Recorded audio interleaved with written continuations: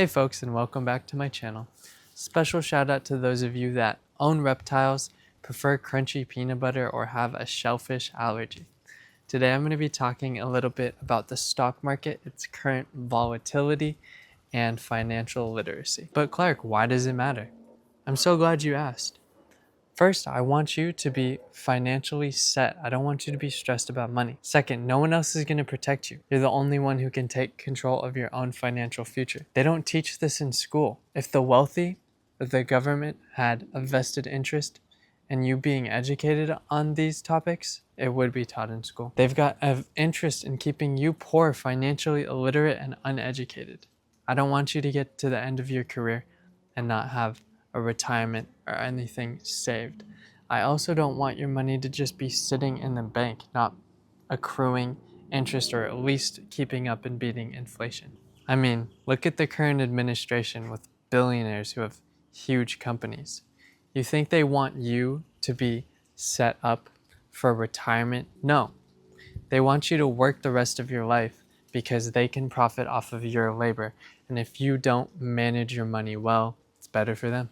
So first, let me give you some of the theoretical frameworks that I ascribe to. First thing is the Great Meltup by Clear Value Tax, and I will link his videos in the description. But the basic premise of what he's saying is that there's going to be hyperinflation in the next few years in the US. That means that the dollar is going to lose value. We saw that during COVID. There was 8 or 9% inflation at its worst. And what he's saying is the only way to hedge against this hyperinflation is to invest into assets that tend to go up and to the right long term. So those are precious metals like gold and silver, stocks, or investing into land and property. The reason for that is as inflation increases, those stocks and assets price in inflation.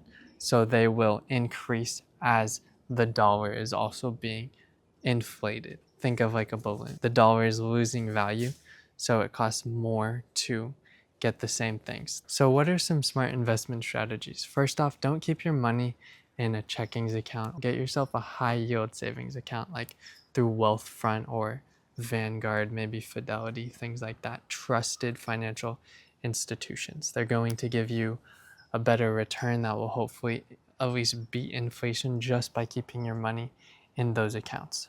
At the moment, maybe 4.5%, 5% is the best you're going to get. But even so, inflation's been increasing about 2 to 3%. If you're just keeping it in a bank account that doesn't get any interest, you're basically losing money. And that's the same for a job. If your job's not increasing your pay by 2 or 3% per year, you're actually losing money in a way because of inflation. So given that, what are some investment strategies? Dollar cost averaging, which means consistently investing maybe on a weekly or monthly basis into assets that will appreciate. You just think the S&P or gold is going to increase in value over time and you really believe in it, then you don't have to worry about the day-to-day market fluctuation. You know and you believe that long time it's going to go up and to the right. That's going to allow you to do what they call setting and forgetting it, which means maybe you even delete whatever app you use to invest into, whether it be Vanguard or Fidelity, because emotionally investing a lot of times can lead to buying. Well, the joke is that people will buy high and sell low. So on a lot of these financial forums, people will just give that advice as a joke. But that's what emotional investing can lead to, right? So I do not want you to get into that, and I want you to stay as far away from that as possible. In terms of what to really invest in, that's more based on how aggressive or conservative it is you want to be. Next thing we'll talk about is the Fear and Greed Index. I want you to look that up. CNN has one, but at the moment, the market is functioning based on extreme fear. So what does that mean? People are selling their stocks, people aren't buying into stocks, and no, it's volatile. People don't have much faith in the market, given the current administration. So what can we do given that it's a very volatile stock market? What I would say is just keep investing into whatever it is that you believe in, because the market will re-correct eventually. Even in the 2008 stock market crash, if you had money and were consistently investing into the things that you believed in, even the S&P 500, for example, or VTI, which is Vanguard Total International, I believe it's called, it invests into the total market. That, for example, would be a good investment because the stock market is going down and you're consistently investing at every single point. And eventually, when it then does recorrect and go up, you've consistently been investing into it because you believe the basic premise, which is the stock market always goes up and to the right long term. Now, you have to understand also the horizon of when you're going to be pulling out of the market and selling these things.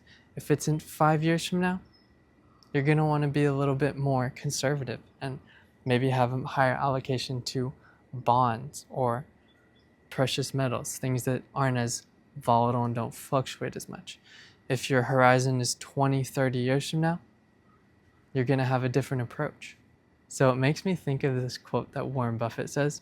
He says, "Scared money doesn't make money." I don't know if it came from him, but the premise is that when the stock market is in the greed and it's a bull market, which means it's trending upwards, people are investing. They believe in the market. There's great market sentiment. You know, you look at the fear and greed index and everyone's has a very high sentiment. But then when things start to drop off and go into the red, which is called a bear market, a lot of folks stop investing. That's not the time to stop investing. That's the time to continue investing in the things you believe in. Don't panic sell. Don't panic sell. If you believe in these things, the market will recover over time. Needless to say, avoid meme coins, avoid Trump coin. I call these dump coin because they do what's called pump and dumps. Influencers do it. They'll create all this public sentiment that, oh, look, I made this coin. Everyone buys into it, and then they sell all their shares, and they have a ton of them. So it completely tanks that coin. So please avoid that. What I'll leave you with is the idea: be greedy when others are fearful, and fearful when others are greedy.